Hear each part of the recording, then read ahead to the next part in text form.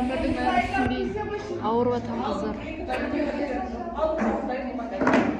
Біз бүгін халық ауыз әдебиеті келдік. Алғаш оқитын сабағына.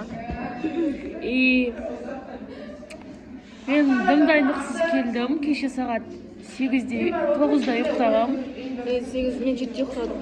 Білмеймін, короче. Онда бірақ тұрғансың. Таңғы 7-де ұйықтадым да, таңертең 8-де тұрып қалдым. Сонымен дым дайындықсыз. Не тамақ ішпедім тұрғаннан кейін. Әйтеуір тірі болып келіп тұқ.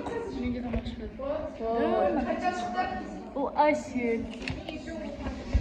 Тұрса түсірсек! Мынау Асел. Ауырып қалды өлейін деп жатырмыз. Жоқ, мен өлмеймін. Мен өмірге деген талпынысым пиздес. Мені ешкім сындыра алмайды, мені ешкім қуата алмайды, себебі мен Мұрат Әбділдамын.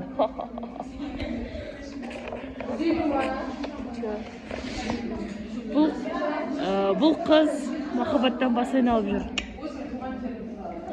Бұл өзім ойындамайды, бірақ мен білем бұл қызды. Неге?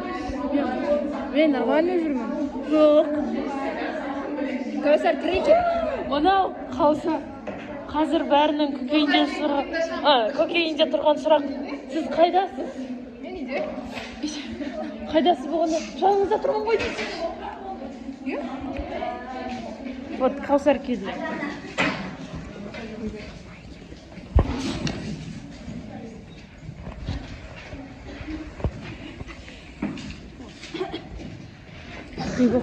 Бір-екі деп жүр.